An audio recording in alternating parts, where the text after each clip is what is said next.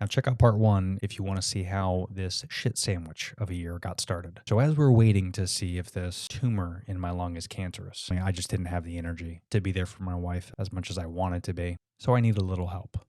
And that's when I decided to surprise my wife with this little bundle of joy. When I was in the hospital for my biopsies, I was looking at this guy ever since he was born. So, of course, days later, I finally get a call from the doctor with my biopsy results. Thank goodness it wasn't cancerous. But the doctor did tell me we're going to have to remove it because it's in a portion of the lung where they don't remove it. It will continue to get bigger, and then eventually they'll have to remove a huge chunk of my lung. The doctor told me, don't worry, it's only about a third.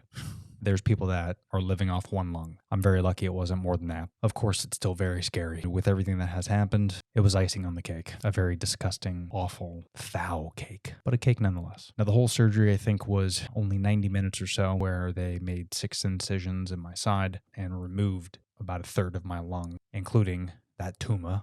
But the recovery was tough. I was in the hospital almost 2 weeks, I believe, and I had a tube sticking out of my side. So just to breathe was extremely painful and excruciating. It was hard to get sleep. It was hard to stay positive. Just a lot going through my head. And, more importantly, during this entire process and during this surgery, my wife is still grieving. The fact that I couldn't be there for her as much as I wanted to support her and to love her and to give her the attention that she deserved was killing me. But after a few days, I started to walk a little bit easier. Breathing was still painful, as my body's getting used to it. But I was finally able to get home. And that was tough. Home recovery was definitely tough because I refused to take the painkillers that they prescribed to me. Can you guess what they prescribed? So I didn't want to take those and couldn't sleep. I couldn't play with my new puppy. I couldn't hug my wife. So it was all around just brutal. At this point, you're thinking things could not get worse. Well, you'd be wrong.